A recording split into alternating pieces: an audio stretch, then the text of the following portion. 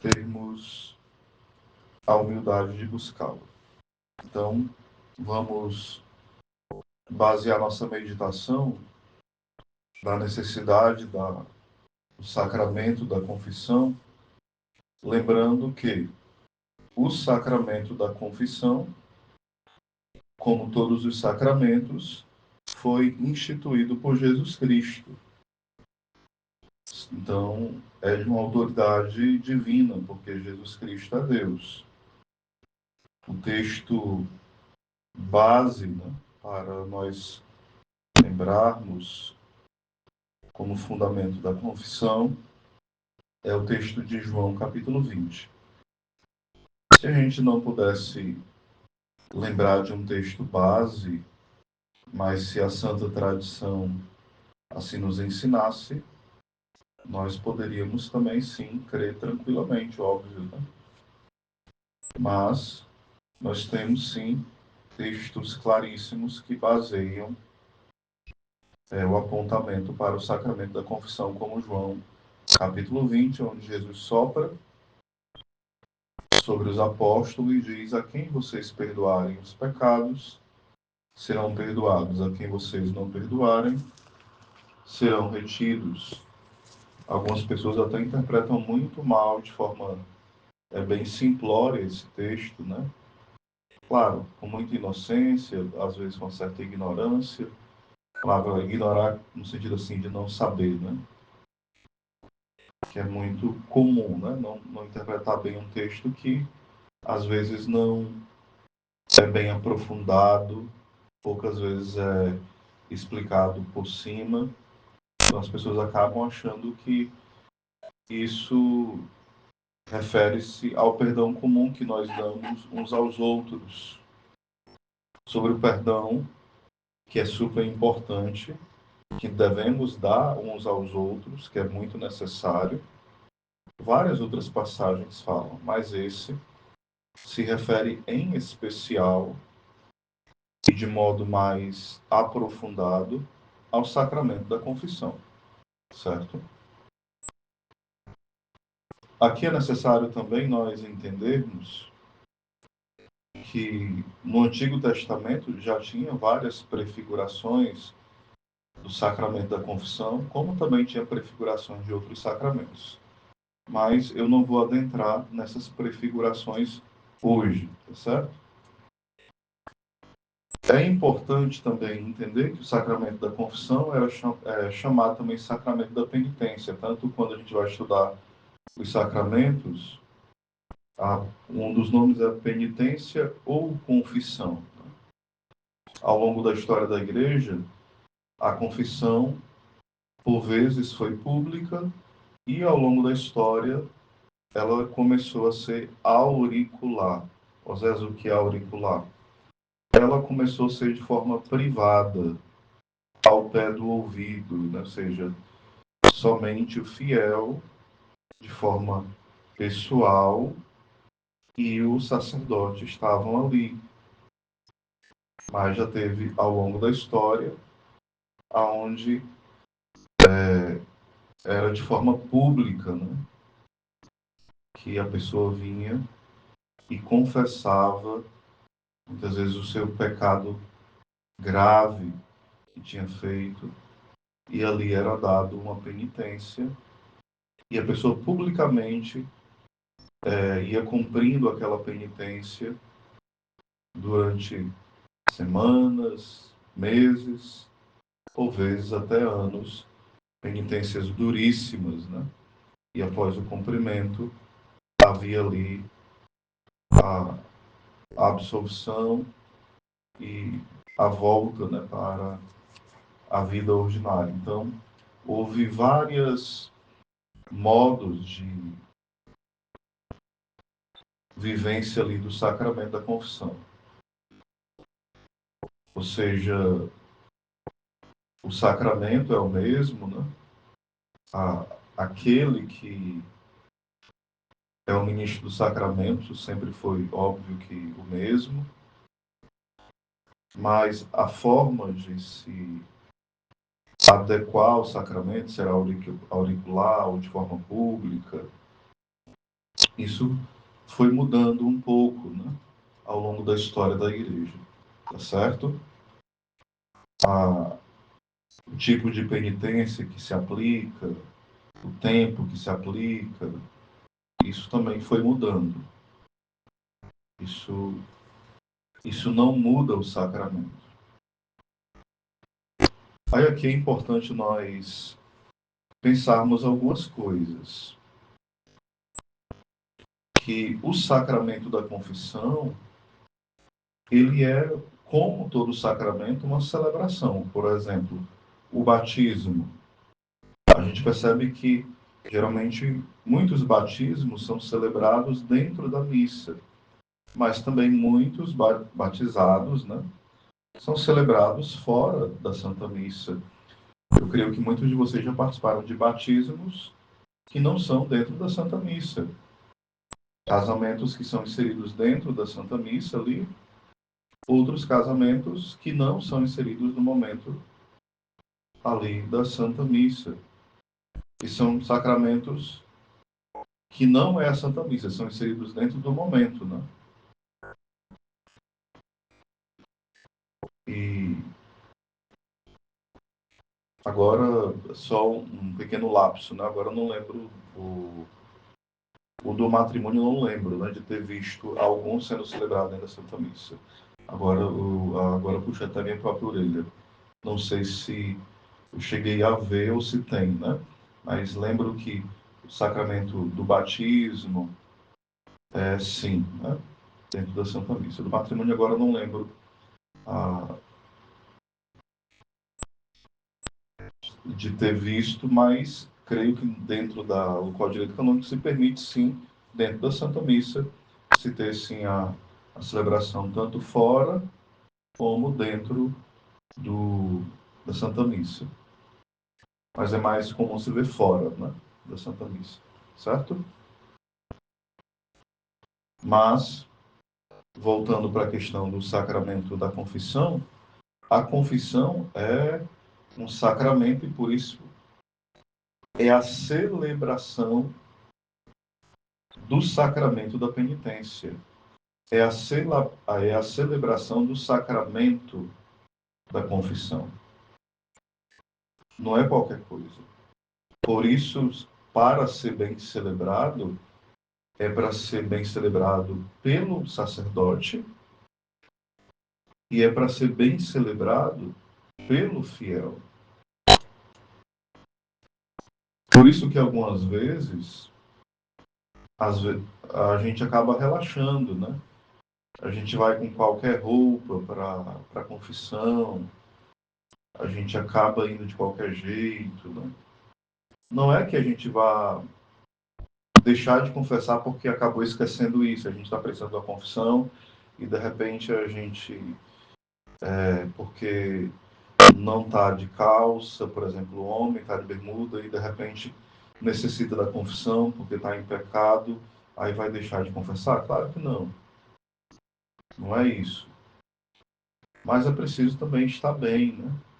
Vestir razoável para confessar, até mesmo para não ser ocasião de tentação para o sacerdote, em especial as irmãs, não ser ocasião de tentação para o sacerdote, mas também os irmãos terem esse zelo, não só em relação a não ser tentação, mas o zelo pelo próprio corpo, pelo próprio sacramento celebrado ali, que é a confissão, e pelos outros irmãos que estão ali perto de você, se preparando ali para aquele momento, né? Para que não pequem, pelo julgamento, pela tentação também. Então tem todo o entorno ali, né? Então é preciso ter esse cuidado. No momento que está se esperando confessar, a gente tem cuidado de não ficar excessivamente ou muito eufórico, conversando demais, ficando ali no telefone. É momento de se preparar, interiorizar-se em casa, mas também naquele momento ficar tranquilo, sereno, porque você vai confessar. é um encontro com Jesus, na pessoa do sacerdote. Então são coisas simples, que às vezes parece óbvio, mas às vezes nós não vamos vivendo o óbvio. Se vai banalizando essas coisas. E por isso a confissão não vai tendo os frutos necessários, espirituais, né? Claro, se a gente está arrependido, se a gente tem um propósito de não pecar, se nós contamos os pecados direitinho, claro que é válida a confissão, né? Mas é preciso também ter outras disposições ali e vivenciar outras coisas que favoreçam melhor ali aquele momento, para nós e para os outros. É preciso também entender que na confissão eu preciso anteriormente fazer um bom exame de consciência. Eu preciso fazer um exame de consciência baseado em que, Oséias? Eu preciso lembrar dos 10 mandamentos e ver quais desses mandamentos eu ofendi, eu faltei vivê-los. Eu preciso olhar para os mandamentos da igreja, que são 5. Se eu não sei, eu pesquiso aí na internet, né? Ou se eu tenho o do catecismo, ou qual é o direito canônico. Se não tenho, dá uma olhadinha em outros livros ou no Google e pesquisa, pega algum livro aí para olhar, né? Não em cima da hora, na hora da confissão, mas antes, em casa mesmo, para fazer um bom exame de consciência.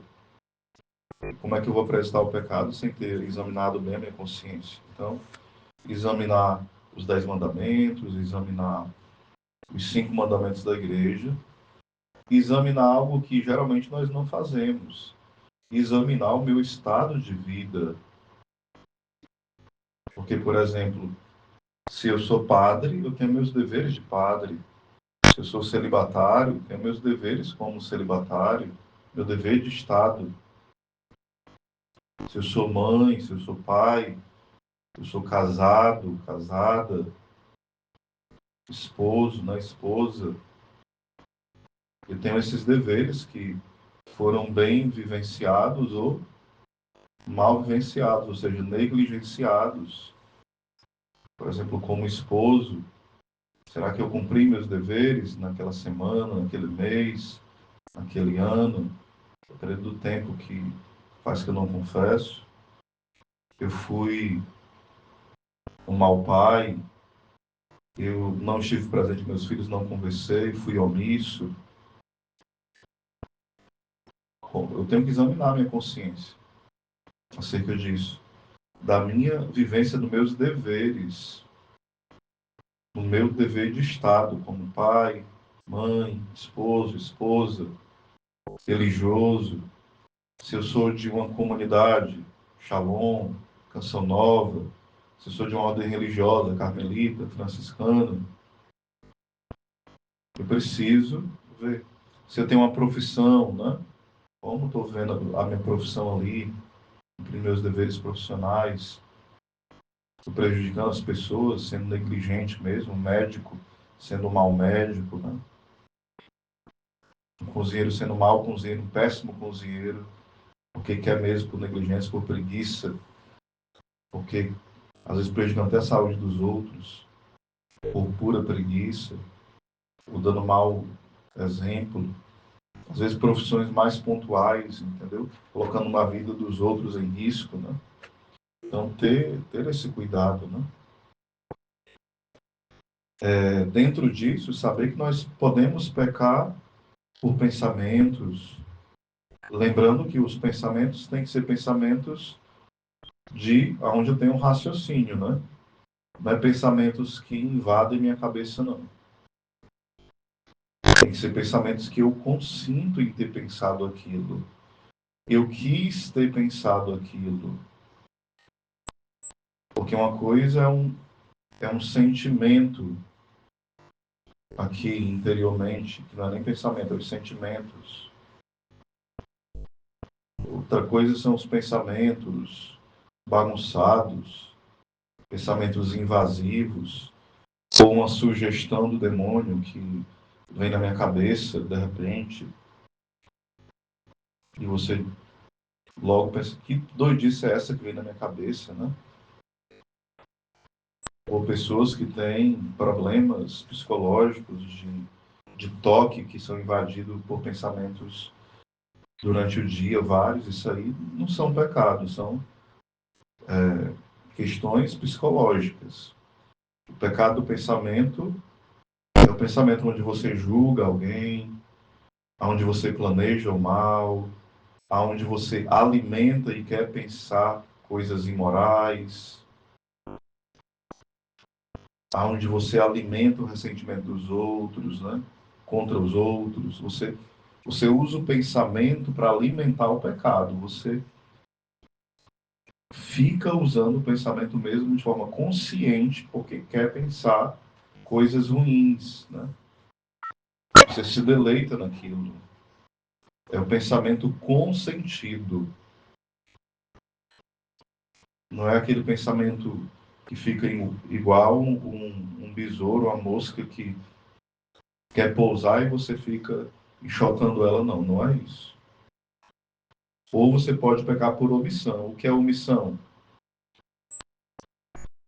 Você ou eu temos um bem que eu posso fazer e devo fazer e não faço. Aqui, muito cuidado, gente, porque às vezes a gente acha que está pecando por omissão por uma coisa que a gente não deveria fazer. Você não está se omitindo quando você não deveria fazer algo. Tem coisas que você não deve se meter. Se você se meter, você está sendo apenas um metido, um intrometido, um penetra.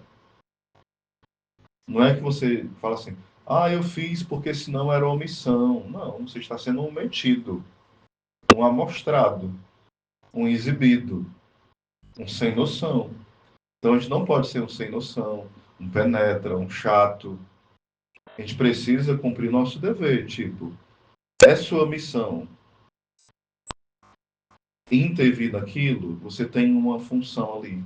Você é um coordenador, você é uma autoridade, é um pai, é uma mãe, é um tio, sei lá, é um coordenador de grupo de oração, ou tem um conhecimento ali que a pessoa vai pecar e você pode ajudar ela a não pecar. Você está vendo e poderia ali intervir, estar próximo e não intervém. Aí é uma questão que você pode fazer um bem, ajudar, e por respeito humano ou por várias coisas, você não faz. É um bem devido e você não faz. Aí é omissão.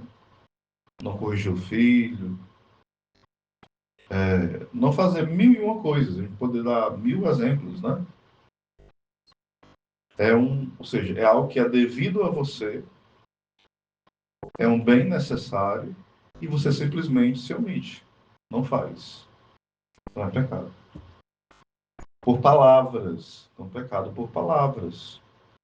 Às vezes a gente não vigia o que fala. Palavras de duplo sentido, fofocar, mentir,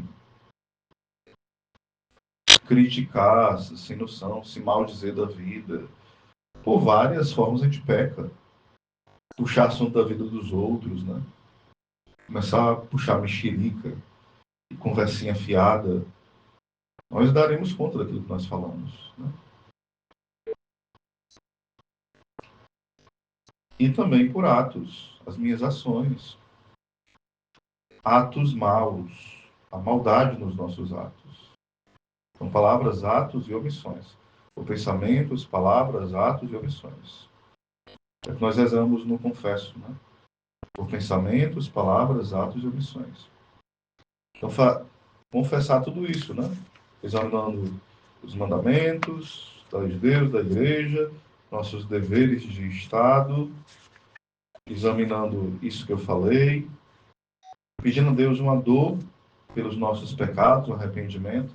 Essa dor não é só chorar, você nem chora, mas uma dor intelectual, que a gente chama. O que é uma dor intelectual, Oséias? É você lembrar e reconhecer que aquilo de fato é mal. Você não deveria ter feito aquilo. E se arrepender. e dizer assim, eu não vou fazer mais isso, eu vou lutar para não fazer. Então, não é só uma dor no sentido de sentimento. E essa dor, gente, não pode ser assim, não. Por exemplo, eu me arrependi porque o que é uma dor natural? É tipo assim, o marido se arrependeu de ter adulterado porque a mulher pegou ele em flagrante. Essa é uma dor natural. Porque é natural que ele se arrependa, porque ali foi humilhante a mulher ter pego ele em adultério.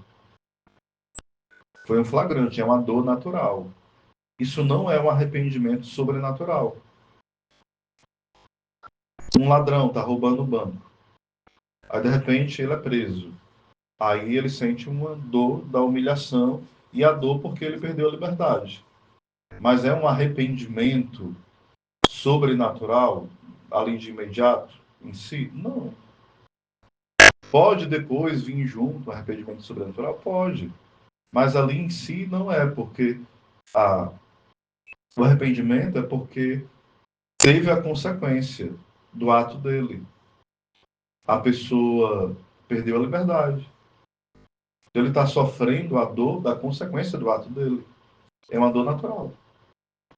Então ele não está sofrendo porque ofendeu a Deus, porque roubou, porque adulterou. Não, está sofrendo a humilhação do ato inconsequente dele, da maldade, entendeu? Depois disso, a pessoa pode ter um arrependimento sincero, se converter e ser perdoado? Óbvio que pode. E ser um santo? Óbvio que pode, claro que sim. Mas a dor que requer para o perdão é uma dor o quê? Sobrenatural, uma dor de ter ofendido a Deus. Não é uma dor por conta da consequência e do pecado em si. Tão somente por isso. Não pode parar aí.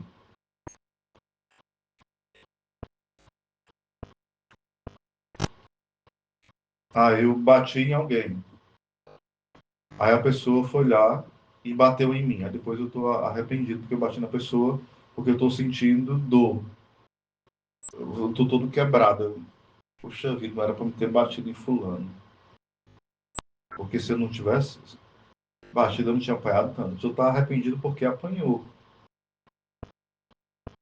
Não porque ela vê que um ato que ela fez foi mal. Vocês estão entendendo? Uma dor apenas natural. Não porque ela percebe que o ato que ela fez é ruim, uma maldade para o irmão. Mas apenas porque apanhou do outro. Então, o que se requer para a confissão é essa dor sobrenatural. Não, o ato que eu fiz é mal. Ofendeu a Deus, ofendeu meu irmão, me ofendeu também eu que sou morada de Deus, templo do Espírito Santo. É preciso essa dor verdadeira, sincera.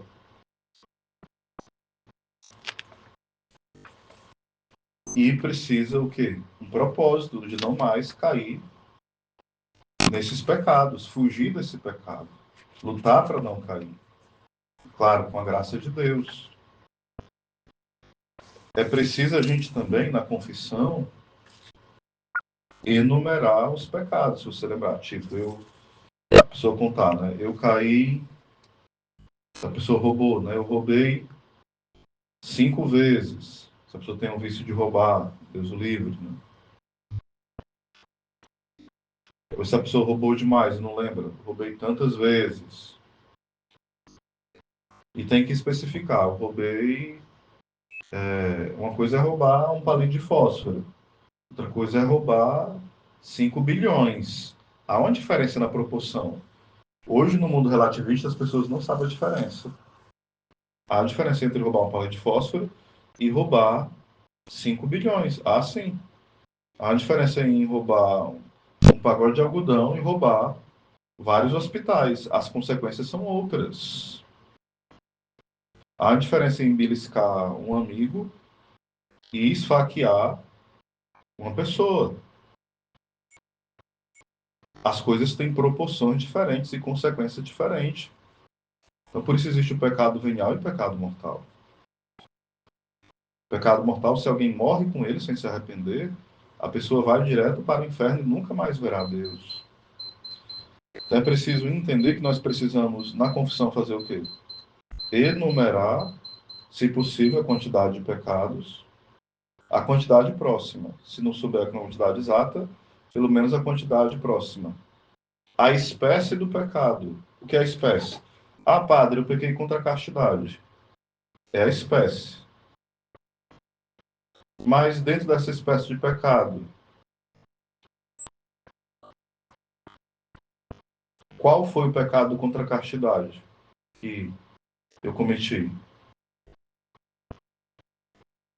Foi masturbação? Foi pornografia? Foi adultério? Foi ter relação sexual com a mesma pessoa do mesmo sexo? Foi fornicação, que é sexo antes do casamento? Foi incesto?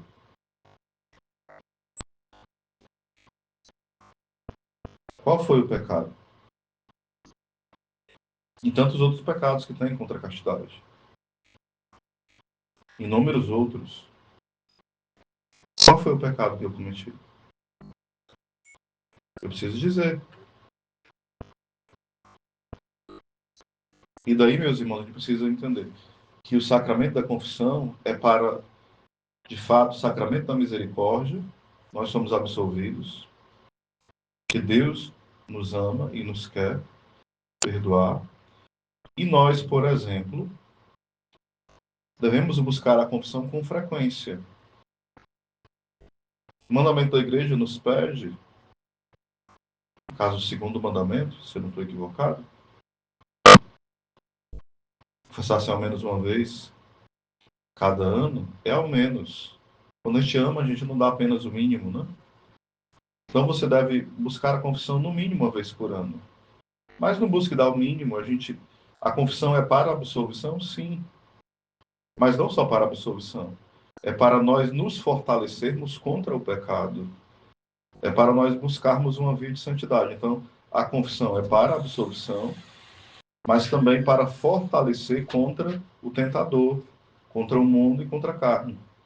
Então, a confissão é para, repito, a absolvição, mas a outra forma, a outra ferramenta, a outra nuance bem importante da confissão é para que você e eu tenhamos força para lutar contra o pecado.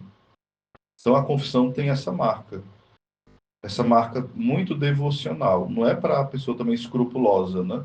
Tipo, eu me entrego ao pecado toda semana, porque eu sei que semana que vem eu vou me confessar. A pessoa nem luta mais contra o pecado.